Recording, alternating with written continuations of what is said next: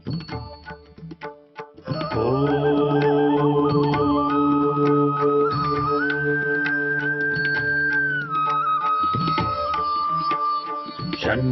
मित्रः शं वरुणः शन्नो भवत्वर्यमा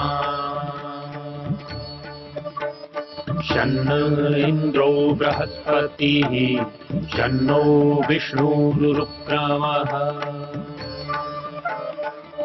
ॐ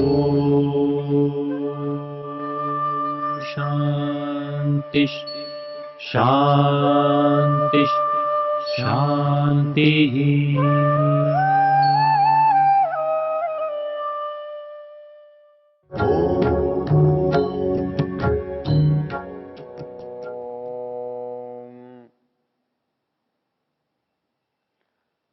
हम यजुर्वेद के 31वें अध्याय की चर्चा कर रहे हैं।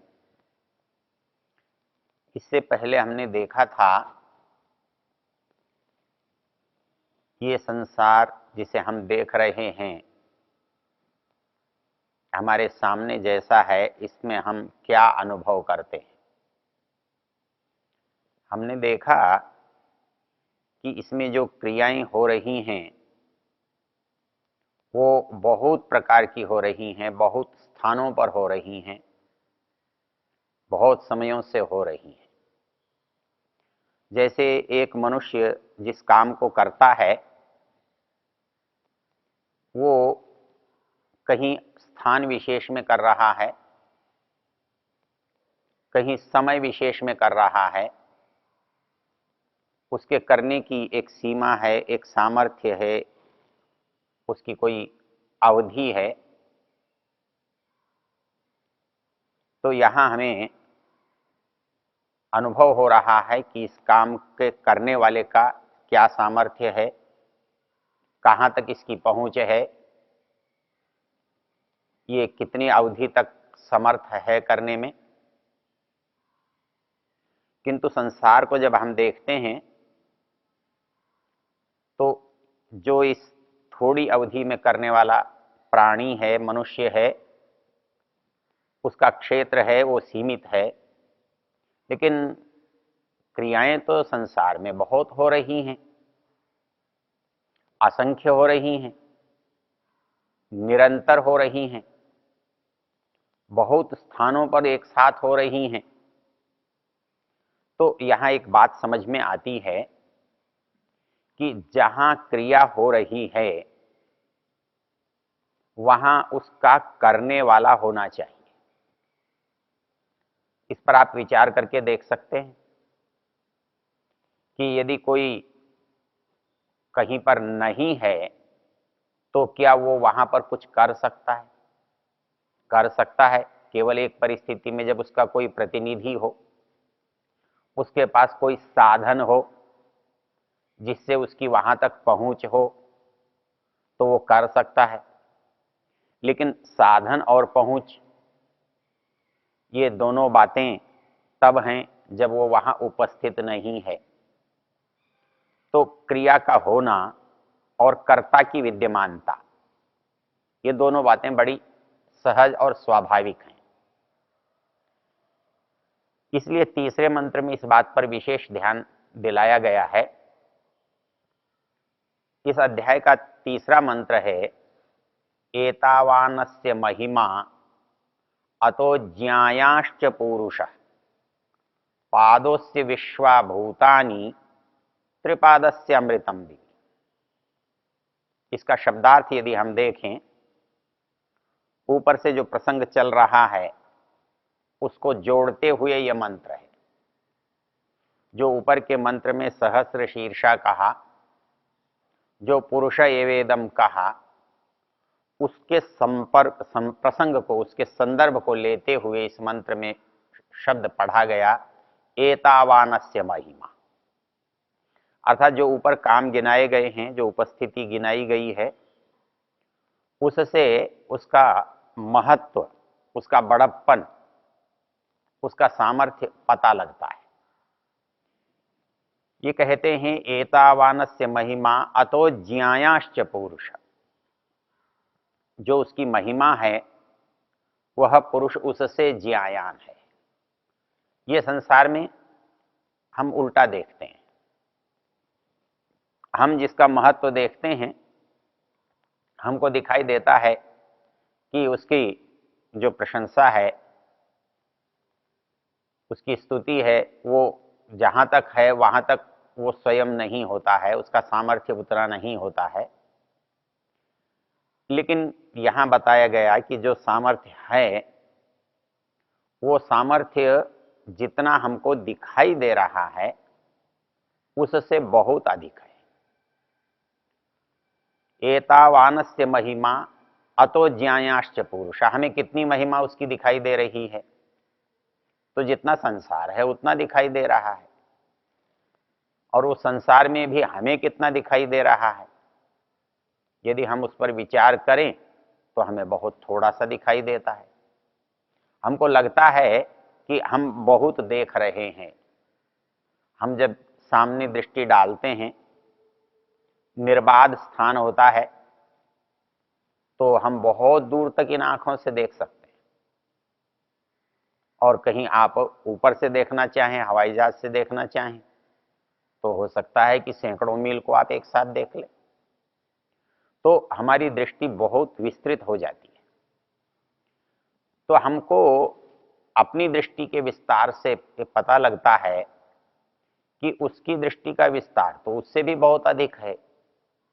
तो क्या हम उस तक पहुंच सकते हैं, या उस दृष्टि तक हमारी सीमा है कि हम भी उतना देख सकें? तो हम एक देखते हैं इंद्रियों से, साधनों से, उपकरण लगा करके हम देखते हैं। आंख से, हमें आंख से नहीं दिखता, हम दूरबीन लगा लेते, और भी अच्छी दूरबीन लगा लेते। ऐसी भी लगा लेते हैं जो हमको रात को भी दिखाई दे। हम ऐसी भी लगा लेते हैं जो ग्रह नक्षत्रों को भी देख ले। लेकिन क्या इसके देखने के बाद देखने की सीमा और है या नहीं है, या देखना इतना ही है, इतने ही तक जितना हम देख सकते हैं उतना ही है? तो हमें पता ये लगता है कि हमारे जितने साधन हैं हम उतना देख पा रहे हैं, जितना है उतना नहीं देख पा रहे। तो हमने आंख से देखा, आंख के बाद हमने साधनों से देखा, फिर कैसे देखें? हमारे पास एक और साधन है देखने के लिए, वो है हमारा मन।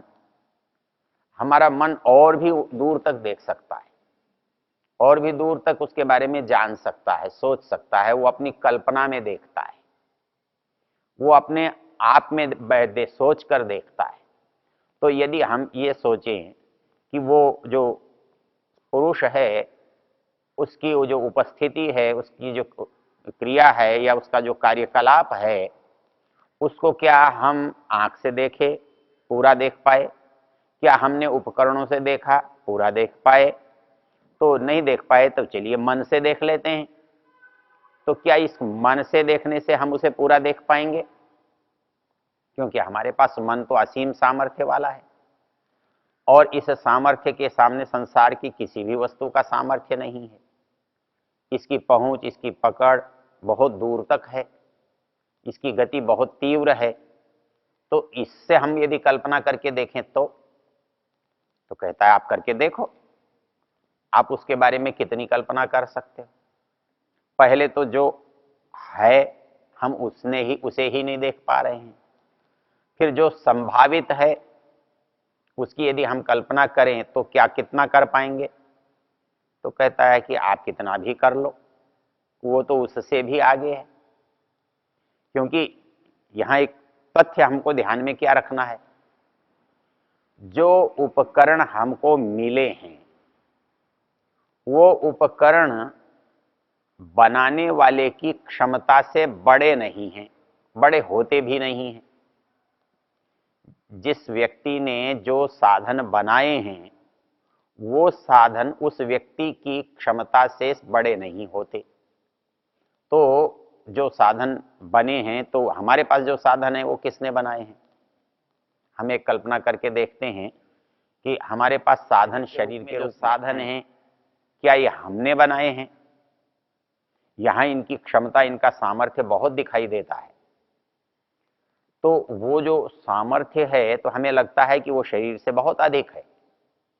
जो हमारे पास हैं उन वो जो क्षमताएं हैं, वो क्षमता हमारे बनाने से हमें नहीं मिली है, हमें बनी बनाई मिली है, किसी ने बनाकर हमें दी है।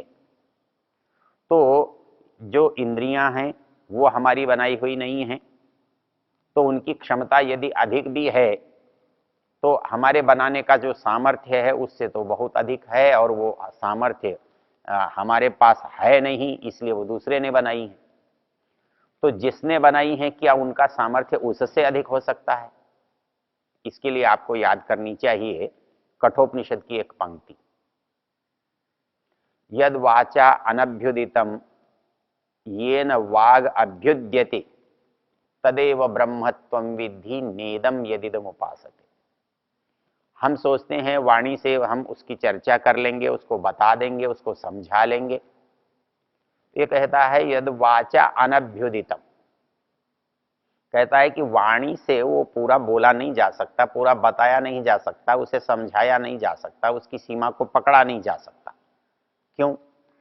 यद वाचा अनभ्युदितम येन वाग अभ्युद्यते, क्योंकि वाणी बहुत महत्वपूर्ण है। वाणी का सामर्थ्य हमारी क्षमता से, हमारी दृष्टि से, हमारी बुद्धि से बहुत है, किंतु वाणी को जिसने बनाया है क्या उसका सामर्थ्य वाणी से कम हो सकता है? नहीं हो सकता। तो यद वाचा अनभ्युदितम येन वाग अभ्युद्यते, जो वाणी के सामर्थ्य से प्रकाशित नहीं किया जा सकता, बतलाया नहीं जा सकता, किंतु वाणी का सामर्थ्य स्वयं उसे बता रहा है। वाणी की जो उपस्थिति है, तो वाणी की उपस्थिति से ये पता चल रहा है, यह ज्ञात हो रहा है कि इसको बनाने वाला कौन है। तो मैंने इसको बनाया नहीं है, इससे उसका पता नहीं लग रहा है, तो जिसने इसको बनाया है वो इससे बड़ा है, इसलिए इसकी सीमा में वो नहीं आ सकता। यद वाचा अनभ्युद्युतम येन वाग अभ्युद्यते तदेव ब्रह्मत्वं विद्धि नेदम यदिदम उपासते।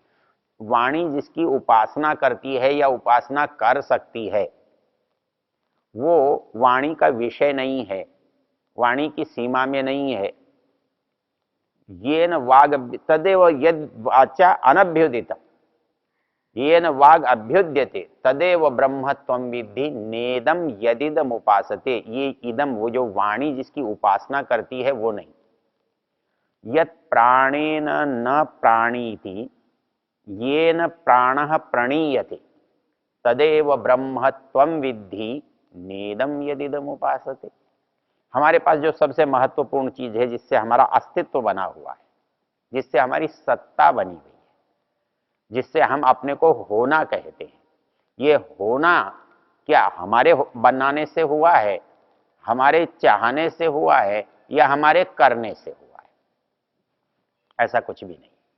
कहता है न प्राणेन प्राणीति, प्राण के सामर्थ्य से उसे समझा नहीं जा सकता, उसे पकड़ा नहीं जा सकता। ये न प्राणः प्रणीयते, लेकिन इस अद्भुत सामर्थ्य को उसने उत्पन्न किया है, तो वो इस सामर्थ्य से कैसे पकड़ में आ जाएगा? न यह प्राणेन न प्राणीति येन प्राणः प्रणीयते तदेव ब्रह्मत्वं विद्धि नेदम यदि। प्राण से तुम जिसकी उपासना करते हो वो ब्रह्म नहीं है, लेकिन ये जिससे उपासना के योग्य बना है, उस सामर्थ्य से जिसने पैदा किया है वो ब्रह्म है। कहता है कि इसी तरह से और भी जितने हमारी इंद्रियां हैं जो जान सकती हैं, यत् चक्षुषा न पश्यति येन चक्षुंषि पश्यति तदेव ब्रह्मत्वं विद्धि नेदम यदिदम उपासते। हमारे पास ज्ञान का साधन है, हमारी आंख है, तो हमारी आंख, हम देखते हैं, दूर तक देख सकते हैं, तो इन देखने की सीमाओं में जो आता है वो हमें दिखाई देता है। तो क्या हम उस ब्रह्म को इन आंख की सीमाओं से देख सकते हैं? तो कहता है कैसे देखोगे? क्यों कि वो तो इससे पीछे है। ये तो आगे की चीज देख सकती है, इसको बनाने वाले को ये कैसे देख सकती है? तो यत् चक्षुषा न पश्यति, जो आंखों से नहीं देखा जा रहा है, ये न चक्षुंषि पश्यति, लेकिन आंखें जिसके कारण से देख पाती हैं, तदेव ब्रह्मत्वम विद्धि, इसलिए तुम उसको ब्रह्म समझो, उसको, उस सत्ता को समझो, उसको वो पुरुष समझो। ये इससे उपासित होने में, इसके साथ समझ में आने से वो संभव नहीं है। तो ये आंख से, नाक से, कान से, प्राण से, मन से वो हमारी समझ में नहीं आता है, वह हमारी पकड़ में नहीं आता है। तो ये जो संसार है यही हमारी समझ में नहीं आता है, जो स्थूल है यही हमारी समझ में नहीं आता है। तो जो इस स्थूल को बनाने वाला है, जो इस रूप में इसको दिखाने वाला है, वो हमारी समझ में कैसे आ सकता है? तो इसकी जो महत्ता है, इसका जो बड़प्पन है, उसको दिखाने के लिए इस मंत्र की शब्दावली है वो है एतावानस्य महिमा, अर्थात जो हमको दिखाई दे रहा है हम उसमें उसकी महिमा का अनुभव करते हैं, लेकिन क्या महिमा उतनी ही है जितने में हम उसको अनुभव करते हैं? कहता नहीं, ऐसा नहीं है। हम तो महिमा उसकी जितनी है वो अनुभव नहीं कर रहे हैं, हम उसकी महिमा उतनी अनुभव कर रहे हैं जितना हमारे महिमा अनुभव करने का सामर्थ्य है, जितनी हमारी पहुंच या पकड़ है। तो हम अपनी पहुंच और पकड़ से उसके सामर्थ्य का पता लगा रहे हैं। तो इसलिए उसने कहा एतावानस्य महिमा, ये जो हमने पीछे चर्चा की है, इतना तो उसकी महिमा है, उसकी जानकारी है, उसके बारे में हमें पता है, लेकिन वह अतो ज्ञायाश्च पुरुष, मतलब जो कुछ ये दिखाई दे रहा है, हो रहा है, संभावित है, वह पुरुष इससे ज्ञायान है, बड़ा है, अपने यहाँ ज्येष्ठ है, ज्ञायान है, बड़े को कहते हैं। तो पुरुष अतः ज्ञायान। अब अतः ज्ञायान दो शब्द इसमें आए हैं, एतावानस्य महिमा और अतो ज्ञायाश्च पुरुष। ये एतावान कौन है और ये अतः क्या है? ये अतः मतलब इससे, अतो इससे भी बड़ा है, इससे किससे बड़ा है? तो जिसकी चर्चा पीछे की है, जिसके बारे में प्रसंग चल रहा है, वो संसार का चल रहा है, वो संसार में इसके निर्माण का, बनाने वाले का चल रहा है। और जो महिमा की बात कही तो हमारा सामर्थ्य की बात कर रहा है, अर्थात जो हमारा सामर्थ्य है, वो जो हमें दिखाई दे रहा है वो, और जो है इसको बनाने वाला वो, मतलब इसमें सीधी सीधी तीन बातें हमारी समझ में आ रही हैं। इसमें समझ में एक बात ये आ रही है कि हम जानना चाहते हैं, हम जानने वाले हैं, और हमको जानने का यत्न करना है, और हमको जिस चीज को हम जान सकते हैं, जिन साधनों से जान सकते हैं, वो हमारे सामने हैं, लेकिन जिसको जानना है वो हमारे सामने नहीं है।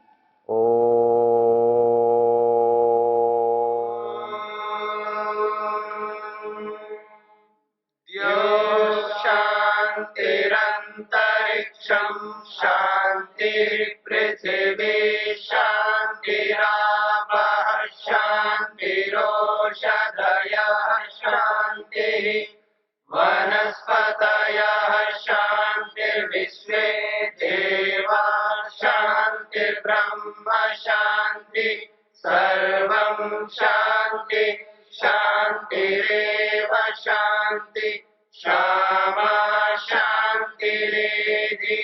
ओम शांति शांति शांति।